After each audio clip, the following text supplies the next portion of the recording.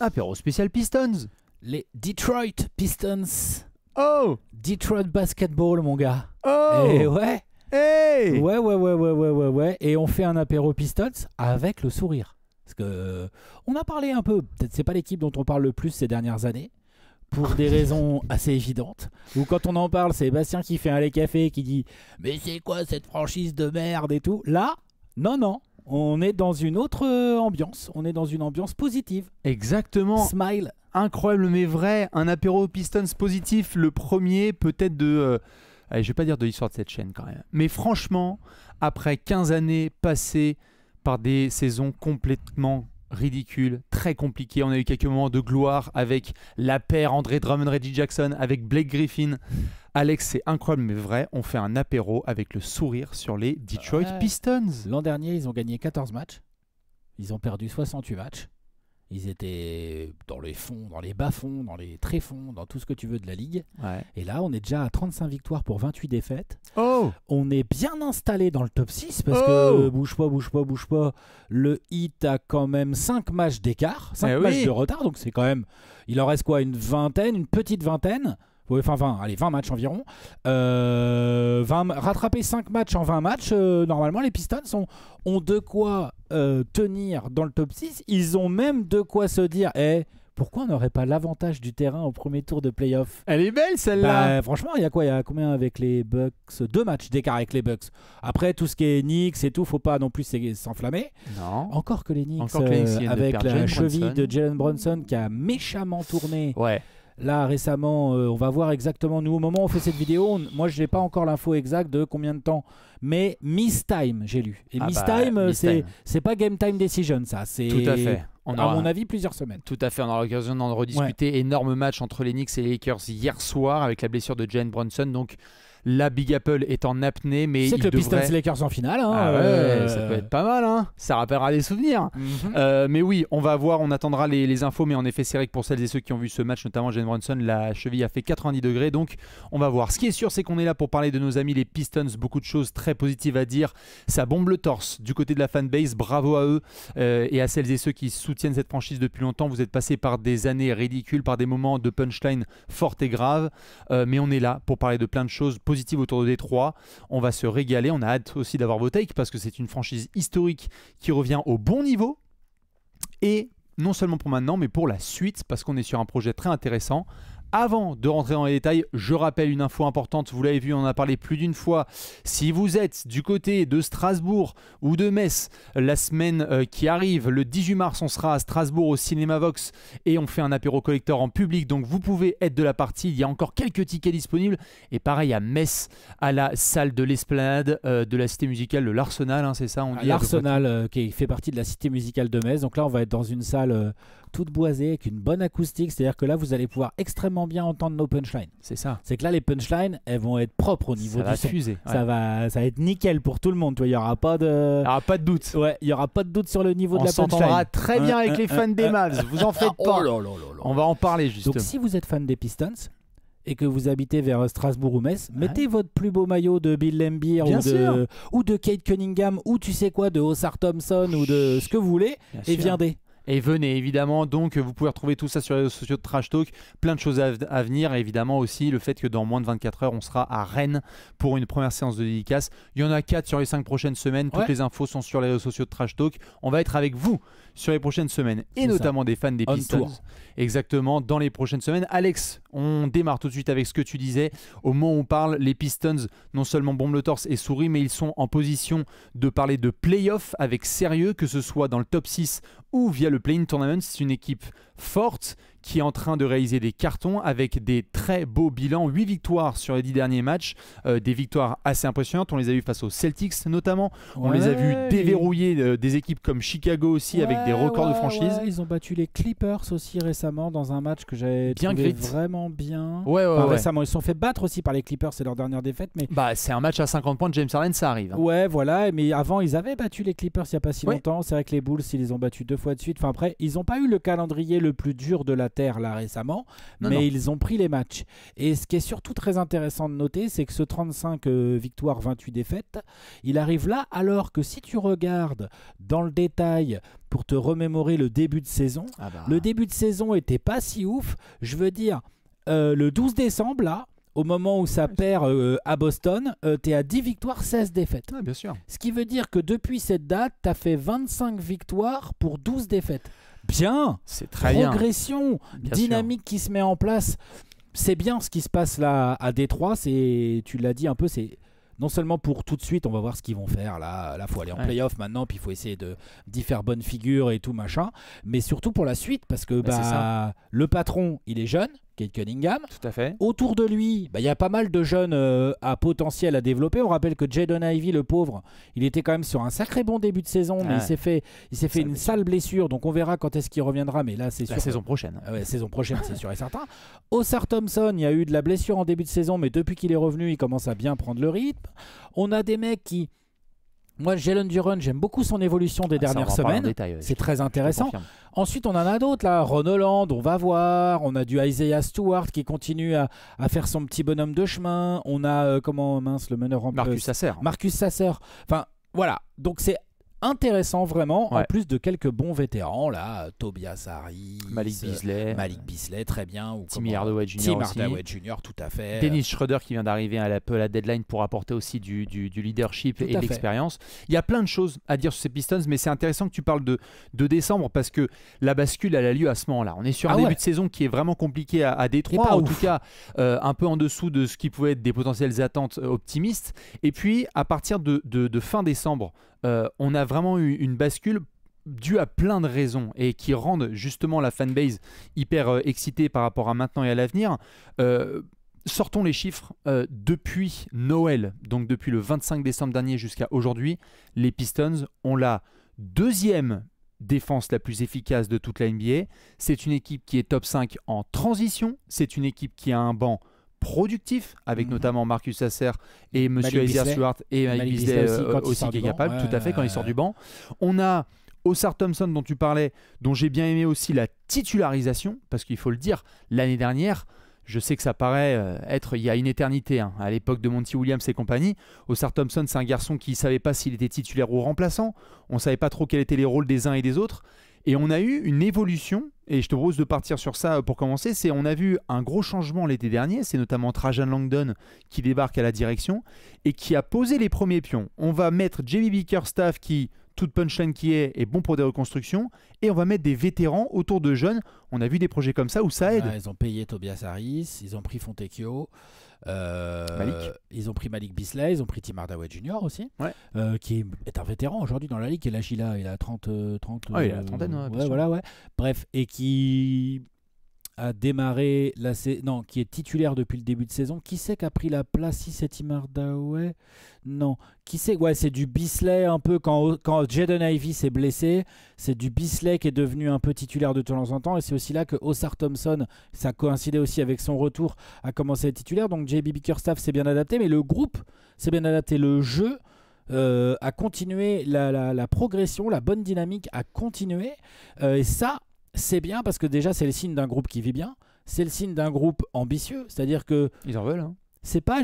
Les Pistons, il y a Cade Cunningham, on va parler de lui évidemment, qui fait d'un point de vue individuel une saison vraiment étincelante.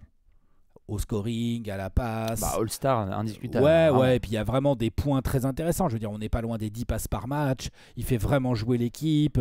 Il est vraiment en train de montrer qu'il est un meneur de calibre très, très élevé dans cette NBA. Mais autour de lui, les role-players, ils savent ce qu'ils ont à faire. Jalen Duren trouve son espace pour progresser. Et je sais que tu l'as pas mal critiqué, notamment pour son manque de présence défensive par rapport à ses qualités athlétiques et tout.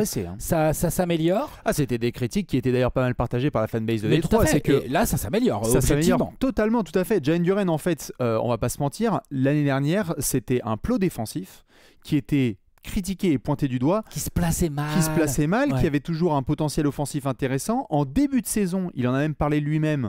Il a dit: j'ai démarré ma saison trop timidement, tout soft, Il l'a dit. Hein. Ouais, puis il a joint les actes aux paroles. Et il a progressé avec son staff et avec lui-même pour devenir, sur les 30 derniers matchs, un des pivots les plus solides de la NBA, un des jeunes pivots les plus solides de la NBA, parce que tu as du double-double, tu as un jeu de passe qui se développe bien, à la fois Cade Cunningham, le mec qui sert le plus, et en tout cas qui a le plus d'assists, c'est Jalen Duren, mais je te laisse deviner aussi Jalen Duren qui nourrit le plus, c'est Cade Cunningham. Donc il y a une très très belle connexion aussi qui se joue entre eux deux.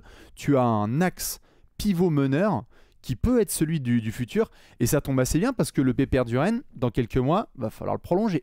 Ouais, et puis là je regardais, j'ai mis ses stats là, depuis le 1er février, donc ils ont joué 15 matchs, il est à 13,5 points, 11 rebonds, un steal, un peu plus d'un steal, un peu plus d'un bloc, et chose qui m'intéresse beaucoup également, 3,5 passes d'ess. Ah oui, c'est ça. Donc non seulement il s'est un peu sorti les doigts, pas qu'un peu, même beaucoup sorti les doigts dans le côté concentration défensive, puisque avec ses moyens athlétiques, ses moyens physiques, le gars est grand, le gars est costaud. Mobilité de fou. Et il a une mobilité de fou, il a des longs bras, il a de la détente. Hein. Tu vois, genre il prend de la place.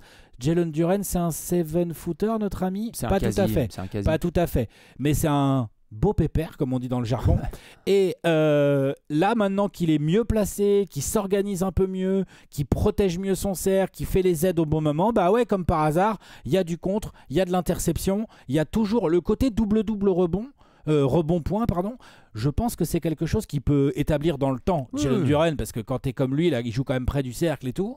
Mais vraiment, je tiens à souligner également l'attention qu'il porte sur short roll, notamment, bien sûr. où quand il reçoit des ballons un peu de haut panier, qui se retourne et qui lâche la balle au lieu de tenter des trucs un peu incertains, des moves un peu chelous. J'aime bien ce qu'il apporte aussi dans la fluidité offensive des Pistons. Bien sûr. C'est une bien. des raisons qui explique évidemment cette belle évolution sur les dernières semaines.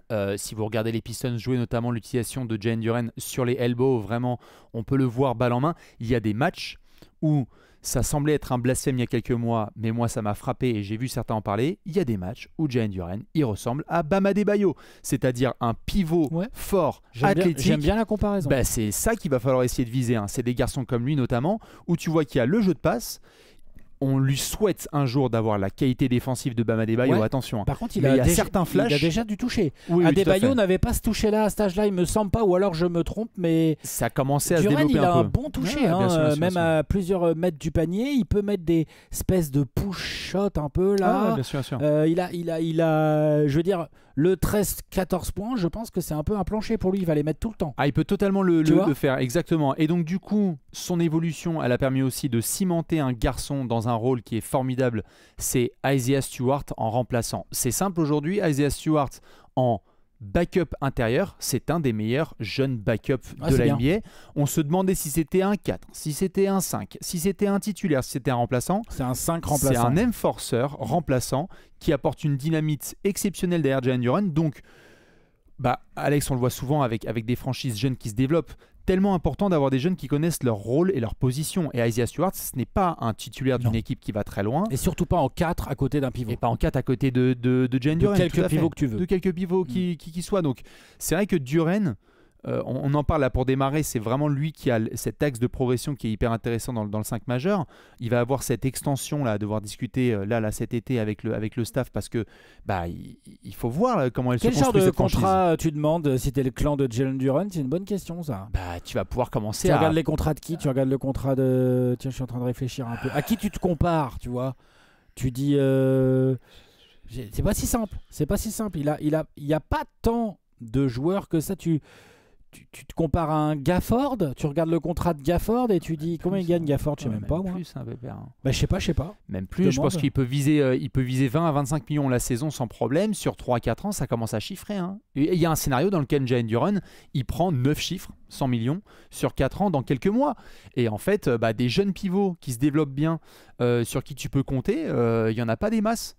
Il n'y en a pas des masses. C'est vraiment un gars, je sais pas, tu peux aller voir... Gafford, il gagne... Ah ouais, non, Gafford, il gagne 14. C'est vrai que Jalen Duren peut demander plus. Tu peux aller voir, même si c'est un autre type d'expérience externe. Nick Claxton, il gagne combien? Nick Claxton, c'est 20 millions la saison. C'est monté jusqu'à 25. Jalen Duren, il peut tout à fait dire, les gars, d'où vous me payez moins que Nick Claxton? C'est ça. Et en fonction de ce qui va se passer là sur la fin de saison, tu peux aussi aller commencer à toquer à des portes comme celle de Miles Turner, par exemple, qui sont des pivots dans des registres différents, mais où tu te dis, ah bah attends, lui, s'il est payé 25 à 30 millions, où est-ce que je me situe?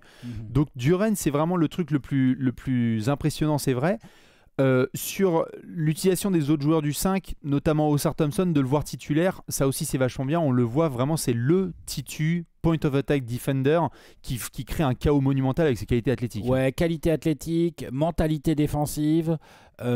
Pour l'équipe, c'est très bien d'avoir un mec comme ça avec des assez grosses minutes et tout. Il se donne chaque seconde où il est sur le terrain, il se donne à fond. De toute façon, les frangins Thompson, on le voit bien, hein. Ils n'ont pas été faits dans le même galaxie que nous. Non. Ils auraient pu faire n'importe quel sport. Non, ouais, ils auraient dominé. Voilà, c'est quelle galaxie, on ne sait pas trop. Mais ils sont bizarres quand même. Je veux bien savoir ce qu'ils bouffent au petit-déj quand même. Ouais, qu'est-ce que c'est que cette nourriture? Papa, son famille, c'est Marvel. Hein. Ouais. C'est ça, on est d'accord. Donc, non, clairement, j'aime beaucoup. Il se donne beaucoup. Il apporte énormément dans des domaines où le reste des joueurs extérieurs des Pistons n'est pas forcément, je veux dire, Cade Cunningham n'est pas et ne sera à mon avis jamais un défenseur sur l'homme, machin et tout. Il fait des efforts intelligents, mais tu vois, genre pas voilà. Tim Hardaway Jr., ça n'a jamais été trop sa cam. Malik Beasley, c'est pas trop sa cam non plus. Non, c'est Osar qui unlock tout ça. Exactement. Le jeune Ron Holland, on sait pas trop, on verra. Tobias Harris, tu vois. Donc en gros, son rôle à Osar Thompson est très identifié. Il le prend à cœur et il le fait évoluer. Non, c'est une super pièce pour les Pistons. C'est ça. Et donc, du coup, vu que Alex t'en parlait à l'instant, Jalen Duren, qui joue beaucoup avec Cade Cunningham, notamment sur des jeux à deux, il y en a un pour qui son jeu de passe, ça débloque des choses. C'est Osar Thompson. Parce que du coup, quand vous regardez les Pistons, il y a des jeux de cut. Parce que Osar Thompson, on va pas se mentir, on lui souhaite un jour d'être un joueur efficace dans le corner à 3 points. Dans le périmètre, on n'y est pas du tout. Et on se posera des questions vers les playoffs pour voir quand ça va être difficile de jouer en demi-terrain, de voir aussi. C'est un des sujets des Pistons. C'est un des sujets des Pistons, tout à fait. C'est que la transition. Spacing global. Tout à fait. En demi-terrain, c'est vrai que bon. Il y a eu des choix qui ont été faits de recruter Tobias Harris, Malik Beasley, Tim Hardaway Jr. parce qu'il fallait des shooters. Des shooters et de l'expérience. Et de l'expérience, tout à fait. Donc c'est vrai qu'ils remplissent les deux points. C'est ça. Osar Thompson est une des clés avec Jalen Duren de cette évolution défensive parce que du coup, comme je l'ai dit, ils sont top 2 défense derrière le Thunder depuis Noël. C'est quand même pas la moitié d'une perf, hein. C'est un bon échantillon. Tu n'as pas ce genre de shooter là, mais j'allais te lancer sur un garçon quand même. Aujourd'hui, devine quel est le deuxième joueur à avoir mis le plus de tirs à 3 points de toute la NBA cette saison. Le deuxième? Ouais, le deuxième joueur qui a mis le plus de tirs à 3 points de la NBA cette saison. C'est un joueur des Pistons? Malik Beasley. Ah ouais, c'est Malik Beasley. Il y a Anthony Edwards en 1, Malik Beasley en 2, Stephen Curry en 3. Saison record absolu de Malik Beasley. Il en prend beaucoup, c'est bien. Qui en prend, je crois, je te laisse confirmer, 9 par match. Il en rend 42%. Il en prend 9,5, il en met 4. Ouais, ça fait 42%. Saison record pour Malik Beasley. Dans l'histoire des Pistons, il est en train de faire des dégâts. Alors malheureusement, désolé de rappeler des mauvais souvenirs, mais il a dépassé l'illustre Sadiq Bey dans l'histoire des gros shooters. Dans l'histoire des Pistons, c'est quoi les gros shooters? Bah, il y en a eu par le passé, quelques-uns, mais bon, c'était pas des vrais shooters à 3 points. Dantley, il était plus mi-distance. Rip Hamilton aussi. Il y a eu Billups, mais je pense pas qu'il avait ces volumes-là. Non, c'est clair. Donc du coup, tu as un 5 où tu as Duren, Cunningham, un peu de Tobias, mais là qui est blessé en ce moment, et Malik Beasley qui envoie des quilles. Et ça me permet de te lancer sur ce sujet dont tu as parlé un tout petit peu au début, c'est que on va souvent parler de Jalen Duren et Cade Cunningham, mais le match notamment contre Boston qui remporte récemment, ce n'est pas une Cade dépendance. Malik Beasley prend feu, tu nourris la main chaude, et donc du coup tu ne sais pas qui va te sanctionner soir après soir. Est-ce que ça va être Malik Beasley? Est-ce que ça va être Sasser? Est-ce que c'est la Stewart Knight? Et ce côté imprévisible, ça fait que parfois ils peuvent prendre des gens totalement par surprise. Après, c'est un match assez spécifique parce que c'est un des matchs, je veux dire, genre c'était assez impressionnant de voir Boston n'a pas vraiment déjoué, mais a eu vraiment du mal à trouver du rythme. J'étais en train de vérifier la feuille, mais c'est bien ça. Ils se sont fait blow-out, les Celtics, quand même. Ils ont pris cher. Et ça a été serré une partie. La deuxième mi-temps, c'est un vrai gros coup d'accélérateur. Et puis Boston qui traîne des pieds beaucoup. Il n'y avait pas de Jaylen Brown. Ils se font tabasser. Double-double pour Jalen Duren. Double-double pour Jalen Duren. Double-double pour Cade Cunningham. Beasley combien là? Beasley, il était en sortie. petite bande. Tout en bas là. 26 points à 10 sur 15 au tir, 6 sur 11 de loin. 26 points en 22 minutes. Ah, c'est super. Que du bonheur. C'est incroyable. Et Osar Thompson, qui l'air de rien, 7 points, 6 rebonds, 2 passes décisives, 5 interceptions. Enfin, voilà. Le gars est relou. Et voilà, et après, tu as Tobias Harris qui fait du Tobias Harris à côté, c'est-à-dire qu'il a ses 7-8 rebonds, ses 16 points, des pourcentages à peu près propres et tout. Ces Pistons-là, ceux qu'on a vus au Celtics, ceux qu'on voit là depuis 2025, on va dire ça comme ça, qui progressent, qui prennent confiance, qui ont en Cade Cunningham un joueur capable de débloquer pas mal de situations, capable de prendre sur ses épaules l'attaque de l'équipe quand c'est compliqué et que personne n'arrive à scorer. Cade Cunningham, lui, il est capable de scorer. Voilà, tu as besoin d'un panier. Bon, vas-y, monte la balle, faites-lui 1 ou 2 écrans, là, un petit Spain pick and roll ou je sais pas quoi. Putain, il est dangereux. Il est énorme. Alors évidemment, ils ont été obligés de récupérer un peu du Schroeder parce qu'il n'y a pas de deuxième vrai ball handler. Jaden Ivey s'est blessé. C'est Marcus Sasser, mais c'est Sasser, mais c'est pas. Voilà, c'est un peu light. C'est jeune, c'est un peu light. Donc c'est vrai que Schroeder va essayer d'apporter dans ce rôle-là. Ouais, parce que Jaden Ivey progressait bien. Montrer justement qu'il pouvait être le deuxième ball handler à côté. Dégoûté de sa blessure. J'étais dégoûté. Dégoûté de sa blessure, évidemment, ici aussi. On a, moi j'ai eu l'occasion de les voir avec les 70 légendes de la commu quand on était en voyage à New York. On avait vu le Nets Pistons où tu sens que le groupe vit bien. Schroeder aussi en a parlé, c'est son rôle, c'est normal. Il a dit, moi j'avais pas vécu ça. Tu sais, il y a toujours des déclarations quand tu débarques dans une nouvelle franchise. Il a dit, moi j'ai pas vécu ça depuis les années Atlanta, où notamment il y avait la saison où tu as tout le monde qui est à 12-15 points par match. Et c'est vrai qu'il y a ce côté-là dans ce groupe. Tu as l'impression que ça vit bien ensemble. Ils n'ont pas de problème à savoir qui va avoir le shine un petit peu tous les soirs. C'est-à-dire qu'un soir, ça peut être un gamin, un soir, ça peut être un vétéran. S'il fallait émettre un petit peu des petites réserves, c'est-à-dire l'aspect un petit peu parfois grincement de dents sur ce qu'on voit, c'est que, tu le disais, sur demi-terrain, on peut avoir des limitations de ces Pistons, notamment parce qu'une fois que tu trappes bien du Cade Cunningham, c'est difficile de demander aux autres de prendre la responsabilité et finir quand même. Par exemple, que Malik Beasley et Tim Hardaway Jr. sont des streaky shooters qui peuvent bien prendre feu. Beasley cette année il est plus que streaky, il shoot très très bien depuis le début de la saison, mais ce ne sont pas vraiment des créateurs de jeu, balle en main, ni l'un ni l'autre. Ils peuvent pour eux-mêmes aller au cercle et tout, mais voilà. C'est aussi pour ça que la progression d'un Jalen Duren qui prend des décisions derrière l'écran, en short roll, tu le disais, au elbow et compagnie, c'est important pour ces Pistons dans leur circulation de balles. Mais donc c'est tout un travail collectif qu'ils doivent faire et que Bickerstaff va devoir faire progresser tactiquement cette équipe. Cade Cunningham et Jalen Duren en sont le one-two punch, mais comment tu gères les pièces autour et avec la blessure de Ivey, qui est ton deuxième ball handler créateur. C'est une équipe qui est sur un projet de reconstruction là, qui prend vraiment forme. C'est-à-dire, je rappelle, donc je l'ai dit en intro, c'était le cancre de la Ligue l'an dernier. Et là, tu es top 6 de l'Est, en train plutôt de regarder devant que derrière. Pas grand monde les avait mis top 6. Je pense que je n'ai pas vu trop, moi, de gens qui les avaient mis top 6. Et donc, ça va très vite là. Tu es passé de cancre à playoffable avantage du terrain en une saison. C'est assez fou. Donc maintenant, quelque part, faut continuer, faut aller au bout là, de cette régulière tout en restant dans le top 6 et plus si affinité. Et puis on verra bien ce qui va se passer en playoff. Mais je veux dire, demain, tu as le Knicks Pistons qui se profile potentiellement au premier tour de playoff. Et puis tu te prends 4-1, je sais pas, je dis n'importe quoi. Qui va dire quoi ? Tout le monde va dire rendez-vous l'année prochaine. C'est une victoire pour eux. Oui, vous êtes fait fumer par Karl Anthony Towns, Michael Bridges et Jalen Brunson sur demi-terrain. Ça arrive à beaucoup de monde, hein. Ça peut arriver à des gens. Et puis surtout, si c'est pas le cas, attention, on va tomber sur les Knicks. Apéro, mon gars, tu vois, voilà. Bien sûr. Exactement. Donc, ce qui est assez fou avec ces Pistons, c'est ce côté, genre tout d'un coup, bam, le projet de reconstruction, il est là maintenant. Maintenant, va falloir le travailler, voir qui tu gardes, qui tu fais progresser. Est-ce que Osar Thompson, ça reste dans ce rôle? Est-ce qu'il est capable de faire un peu progresser son shoot à 3 points? Quel est le meilleur 4 possible à mettre à côté de Jalen Duren? Le profil de Tobias Harris n'est pas inintéressant, mais limité. Tu vois, je pense qu'il a un vrai two-way player, un vrai 3&D du poste 4.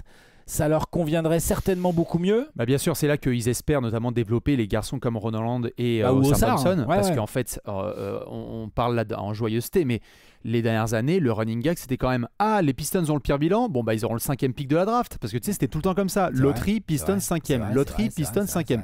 Ivey, Thompson, Ron Holland. Ça s'est tout le temps passé comme ça. Là, cette année, ils n'auront pas un loterie pick a priori. Il n'y a pas de loterie pick à venir et en plus, ils vont pouvoir récupérer pas mal de leurs assets parce que ça a dû pas mal marchander avec l'ancien management.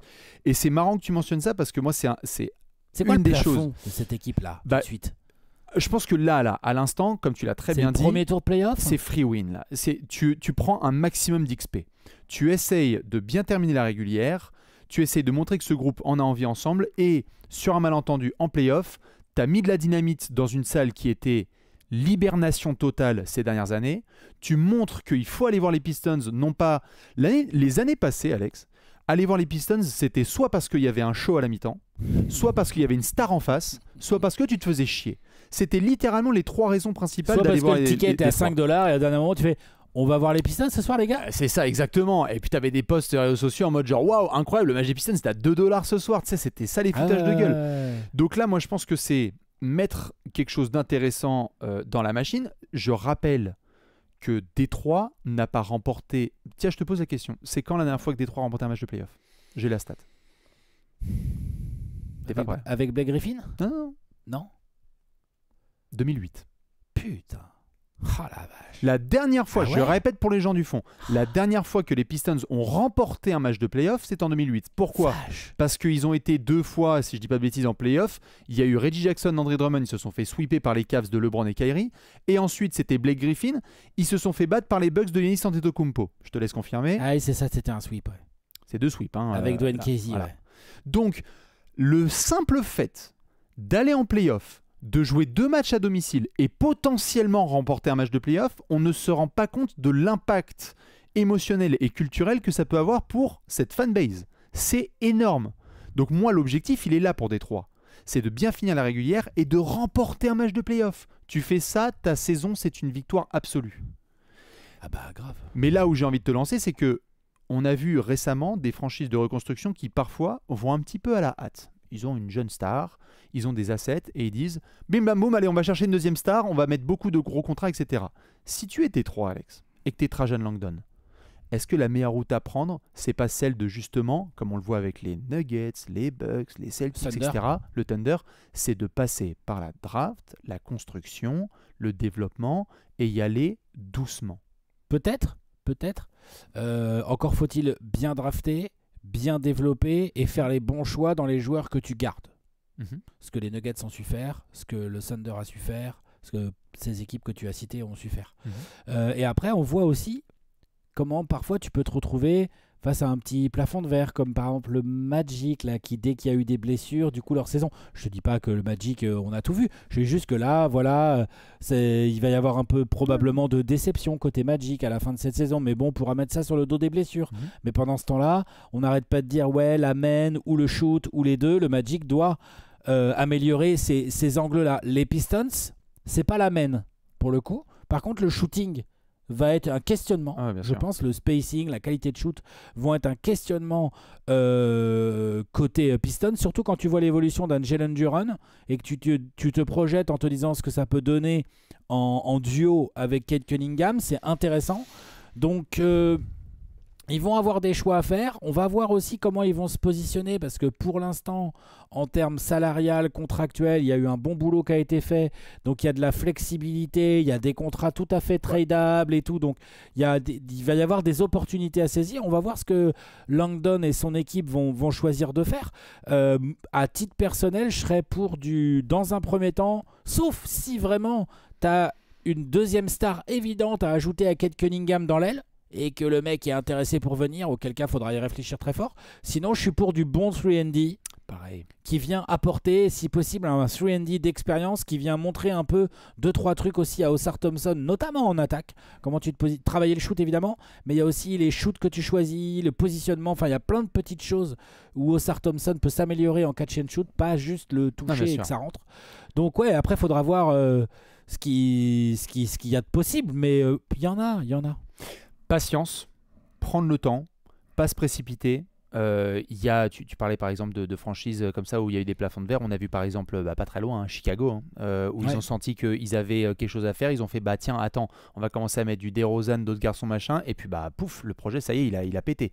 Pourtant, ils avaient essayé. C'est vrai. Mais c'était des investissements qui avaient été faits en se disant, allez, on va peut-être pouvoir viser une demi-finale de conf. Ils n'ont jamais été en demi, les Bulls. Donc, t'as pas envie d'être dans ce genre de profil-là. On va voir ce que ça donne pour Détroit, mais je crois que c'est déjà une victoire pour cette fanbase qui vraiment se régale. C'est trop bien. Regardez les Pistons, c'est vraiment chouette. C'est sympa à regarder. C'est sympa. Une équipe qui a vraiment bien progressé, qui commence à gratter pas loin le top 10 défensif au niveau global sur la saison. Comme l'a dit Bastien là, sur les dernières semaines, c'est vraiment tout en haut de la ligue. Ah ouais, c'est énorme. Ça peut être une arme également. Ne les enterrons pas du tout pour la suite de la saison tout de suite. Ils vont pas être favoris a priori. Je veux dire, même dans l'absolu, même si les Pistons venaient à faire une très belle fin de régulière encore et gratter le top 4 et jouer un premier tour contre les Pacers ou les Bucks avec l'avantage du terrain, je pense pas que je les mettrais favoris de la série, par exemple, tu vois. Donc je pense pas qu'ils vont être favoris de leur série au premier tour. Oui. Je pense en revanche qu'ils peuvent continuer de nous surprendre et puis on va se le dire. Moi, je suis très très curieux de voir Cade Cunningham en playoff pour ses premiers playoffs parce que là, je commence à être curieux là. Là, je commence à me dire attention. C'est quoi ce joueur en fait? C'est sympa comme petit joueur quand même. Hein, c'est un top garde de la NBA, ça c'est sûr. On attendait juste qu'il se développe. Tu sais, on en rigolait ensemble. Tu avais bien connu ça avec Devin Booker qui performait dans une atrocité de basket solo au début de sa carrière. On a attendu la même chose pour Cade Cunningham, d'avoir une structure, un coach, des vétérans. Il est fort, et on le voit enfin. De temps en temps, j'aimerais le voir jouer un peu moins smooth et un peu plus dans le dur pour aller chercher des lancers. Par exemple, j'aimerais. Mais après, il a son style à lui et je veux pas non plus révolutionner le gars, mais il participe bien au rebond, il est très fort à la passe, il est fort pour scorer dans le clutch, mais même d'une manière globale. En fait, c'est un joueur compliqué à défendre. Oui, tu peux le trapper, oui, effectivement. Mais il est compliqué à défendre. Il est grand, il est smooth, c'est un volant. T'as l'impression comme ça que ça va pas vite. Puis en fait, il a un premier pas pas si dégueu, même si il y a plein de mecs dans la ligue qui sont plus explosifs, plus toniques. Donc peut-être aller chercher un peu plus de lancers, ça va lui servir en playoff. Parce qu'en playoff, il va se faire beaucoup plus trapper. Et clairement, il y a des équipes qui vont dire, tu sais quoi ? Vas-y, Jalen Duren, montre-nous tes progrès sur short roll. Ou vas-y, Osar Thompson. Ou même, tu sais quoi, tiens, Tim Hardaway Jr., on prend le risque, mon gars. C'est ça. Prends des tirs. C'est marrant que tu parles de lancer parce que c'est un des trucs qui m'inquiète un petit peu pour cette franchise à court terme, hein, évidemment. C'est que c'est une équipe qui perd parfois des wagons de ballon et qui ne provoque pas assez de lancers francs. Puisque c'est une équipe jeune, c'est defend, rebound and run. Donc transition, ils sont super. Ce qui fait que les paniers à 2 points, ça enchaîne dans tous les sens. Efficacité proche de l'arceau, bien évidemment. DJ Ivy, il allait en chercher un peu. Et lui, il est blessé. C'est ça. Donc c'est la seule crainte que je peux avoir, c'est qu'en playoff, tu peux te retrouver face à une équipe vétéran. C'est pas son jeu. Tim Hardaway non plus. Il y a Jalen Duren. Jalen Duren doit aller chercher plus de lancers. Tu peux te retrouver face à une équipe vétéran qui va dire genre bon, vous avez été sympa, c'était super votre saison, mais maintenant on va bien vous scouter, on va trapper Cade, on va demander à d'autres de devoir nous punir, et s'ils sont pas agressifs à l'arceau et capables de vraiment step up leur niveau, ça peut aller très vite. Ouais. C'est surtout offensivement moi que je vais avoir des vraies observations parce que défensivement ils peuvent répondre au défi des playoffs. Et vu les punchlines qu'on a balancés sur Monsieur J. Bickerstaff au fil des années, il faut aussi rendre à César sa couronne lorsqu'il fait le travail. Désolé pour ce jeu de mots avec la Little Caesars Arena, mais force est de constater que JB ça fonctionne bien. Ça fonctionne, il développe bien les jeunes. Maintenant il y a des nouvelles étapes, on ne croyait pas le dire si tôt, mais c'est un fait, les Pistons ont réussi à changer de catégorie. Ouais. Et là, JB Bickerstaff va être devant d'autres défis, des défis tactiques, des défis de joie, des défis de réduction de groupe, parce que là, c'est la fête. Hein. Il va très profond dans son banc, en régulière et tout. En playoff, il ne pourra pas faire ça. Donc, impatient de voir la fin de saison. J'espère les voir rester dans le top 6 bien comme il faut, voire gratter un peu, pour les voir dans un premier tour face à du lourd. Exactement, j'allais te poser la question là-dessus pour finir. Détroit, excellent, vous pouvez le voir aussi à l'extérieur, 4e meilleur bilan de la conférence Est lorsqu'ils sont hors de leur salle. C'est bien. Pour le moment, on essaie de regarder les Bucks et les Pacers. Lorsqu'on va démarrer les playoffs et qu'on va faire notamment l'apéro science-fiction avec Simon, où on aura peut-être le logo des Pistons, incroyable mais vrai. Alex, Détroit 6, 5, 4, 7, ça finit où? Juste pour te donner un élément pour que tu puisses réfléchir, difficulté de calendrier, ils sont au milieu de tableau, 14e à peu près. Honnêtement, moi je leur souhaite de rester là. Alors, je sais, en fait, je sais pas si je leur souhaite. Non, mais tu vas pas être top 4 en tout cas. Pas le truc d'avoir l'avantage du terrain et tout.